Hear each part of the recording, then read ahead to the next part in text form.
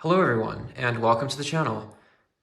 Today I'll be talking about some of the external features of the RMS Titanic, which would be of particular interest to modelers since these structures are all readily visible on any given model of the ship. This replica was built using the Academy 1/400 scale Centennial kit with enhancements by Flyhawk. The Flyhawk enhancement kit was enormously helpful in correcting many of the known issues with the Academy model. I'll be talking about some of those corrections for those of you that might be working on the Academy 1/400 scale model and are interested in making it a bit more historically accurate. Here we are at the forwardmost deck of the Titanic, the forecastle deck. At the very front of it, we see this forward anchor, which rests in the anchor well. This anchor was never really used. It was meant for emergency situations, and the only time it was deployed was for testing. When it was deployed, the anchor crane, seen here, would have been utilized. This crane is really nicely preserved on the wreck, as are many of the features of the forecastle. Just below the anchor crane, we can see some chains which wind around these barrel-like structures with brass tops. Those chains are connected to anchors on the side of the ship that you can see here. And those barrel-like structures, known as capstans, could be rotated using machinery located below the forecastle to wind or unwind the chain, therefore raising or lowering the anchors. These are painted black on my model. They were often depicted as being black in many models of the Titanic, but there has been some really compelling research over the past couple of years to suggest that these were actually green. A lot of the powered equipment on the Titanic was painted green, and some colored illustrations of earlier White Star Line ships built at Harland and Wolff shipyards depict these as being green, so there's a lot of reason to believe that these were actually green on the Titanic as well. Just behind the capstans, we can see this hatch structure with brown walls and a white top. Another color inaccuracy on the model here, this should probably be black, the walls of this forward cargo hatch, as opposed to this brown color. So if you were to open this, the white top, this would look down into the depths of the ship. It would basically be a well that looked into the ship. And cargo could be raised and lowered from these cargo hatches. The cargo hatch top, this white part, is represented very inaccurately in the Academy kit. That cover is represented as a flat white tile, which is not correct. It should have this curved shape. This correct cover part was supplied in the Flyhawk upgrade kit as a resin part, and it does a really nice job of showing this correct curved shape for the forward cargo hatch cover. That cover was blown off during the sinking when the bow of the ship struck the ocean floor. Just behind the forward cargo hatch, we can see these three dark structures. Again, these should be painted green as they are powered elements. These are steam winches, and they would have been used for lifting cargo and lowering it as well into the cargo hatch that you see at the center of your screen here, as well as the forward cargo hatch. And they would have done so with the assistance of this stem here on the back of the foremast. This is known as a mast crane or a derrick, and it could pivot from the bottom and extend out over this particular hatch. And so cargo could be raised and lowered that way using the power supplied from these steam winches. Also visible on the forecastle deck are the breakwater walls, which are these white walls that you see here with the little black supports. These were designed to keep seawater or sea spray from getting onto the machinery behind them and to prevent water from getting on any other structure behind the breakwater walls. Taking a closer look at the well deck now, we can see that there's an area that goes just under the forecastle deck. And this is accurate to the real Titanic. On the Academy model, this whole recessed area is basically just a wall, which is very inaccurate. And the Flyhawk kit has a really nice assembly that you can make where you can kind of carve out a portion of that wall and include this area under the forecastle, which is a really, really nice addition and makes it much more true to life. Here on the other end of the well deck, we can see these cranes here. They have kind of that brown stripe on the bottom and that bluish gray top. And these could rotate outward to drop cargo into these cargo holds here, which I mentioned earlier. Now, the white tops of these are supposed to represent canvas, so these could be basically rolled out and you'd be able to see deep into the bowels of the ship, and cargo could be raised and lowered from these cranes here. This is the foremost part of the boat deck, so named because this is where the lifeboats were located. At the very front of the boat deck was the bridge and wheelhouse. It was from this area that the ship was steered and orders were given for speed. Just behind the wheelhouse and bridge, we can see windows under the first funnel, which are for the officers' quarters. This is the area where officers would sleep throughout the journey. Just outside the officers' quarters, we can see these lifeboats. And it's worth noting that Academy did not include enough lifeboats in their kit, even for the Titanic. They eliminated these emergency cutters. You can see one here hanging off the side of the ship. There's one on the other side as well. These were meant to be deployed very quickly in an emergency, and they're not included with the Academy model. Fortunately, they are supplied in the Flyhawk kit, so you can have the right number of lifeboats for the Titanic if you get that kit. It also supplies other lifeboats which are much more proportional to the real lifeboats on board Titanic. Titanic's lifeboats were generally about 30 feet long, and these scale up to 30 feet quite nicely.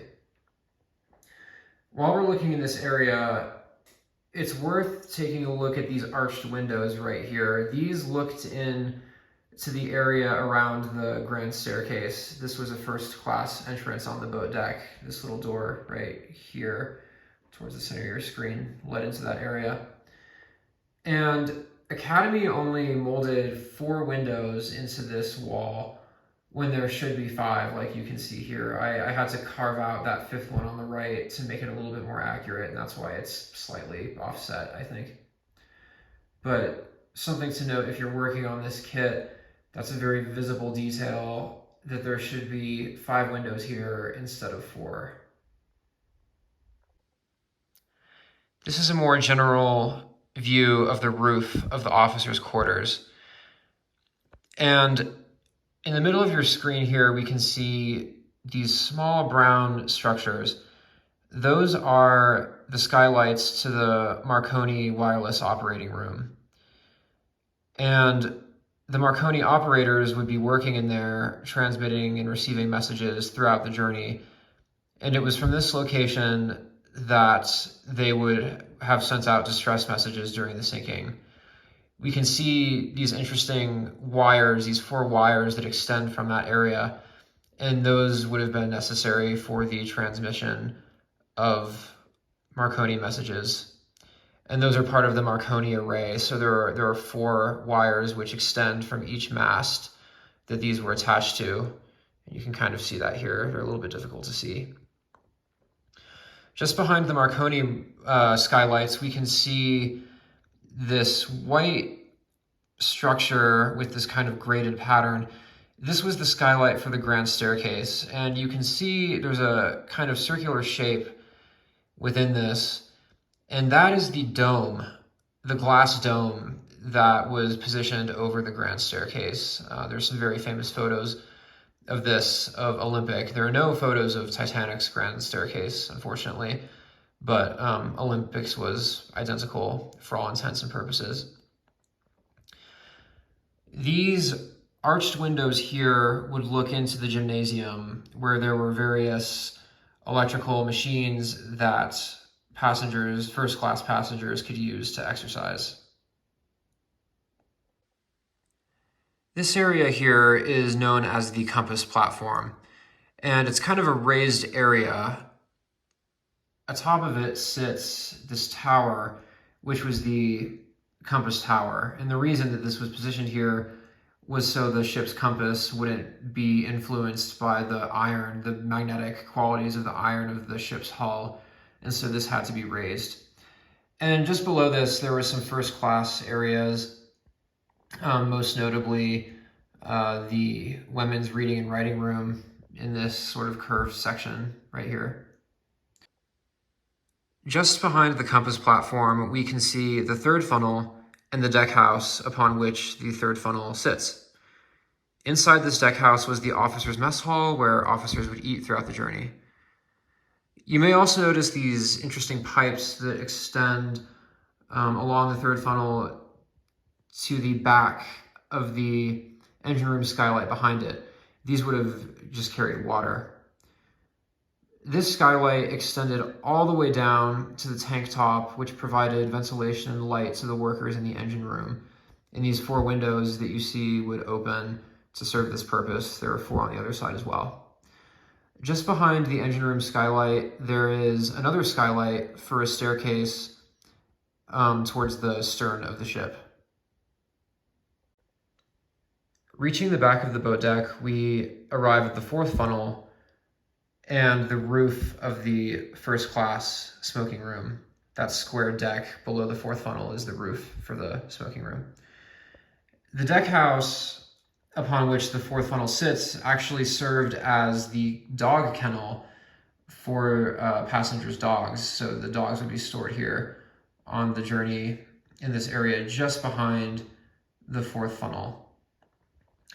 This little building here is the 2nd class entrance, and within this was machinery for an elevator as well as a staircase that went into the 2nd class areas of the ship.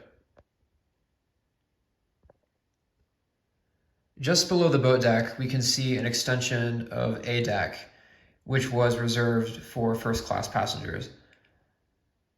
We can see that there is a cargo crane on either side of A deck in this area, which would have raised and lowered cargo through these hatches, one on either side. In this area, we can also see the aft mast, which extends through the roof of this 2nd class entrance on B deck. And if you were to walk through this entrance on B deck, you would actually be able to see part of the mast extending downward into the ship. Looking at the well deck on C deck, we can see that it's very similar to the well deck towards the front of the ship. It also has 2 cargo cranes and 2 cargo hatches. We can also see that there's a recessed area that goes under the poop deck, which is the aftmost deck of the ship. Similarly to the front well deck, this area was walled off in the original kit and had to be corrected using elements from the Flyhawk enhancement kit. We're now looking at the poop deck, which is the aftmost deck of the Titanic. It gets its name from a French nautical term which describes the stern of a ship. Some of the most notable features of this area include the docking bridge, which is this elevated platform that you see here. This included a wheel for steering as well as some telegraph machines which could assist the ship in docking. We also see several benches below the docking bridge, which would have been used by third-class passengers. This whole space was designated for third-class passengers.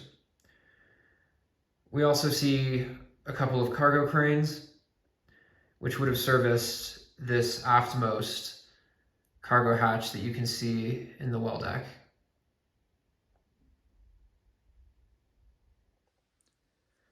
I wanted to briefly talk about Titanic's central propeller, which is often depicted as being four-bladed.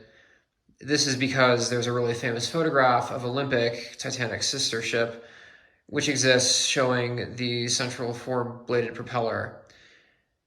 So there was always this assumption that Titanic's central propeller was four-bladed.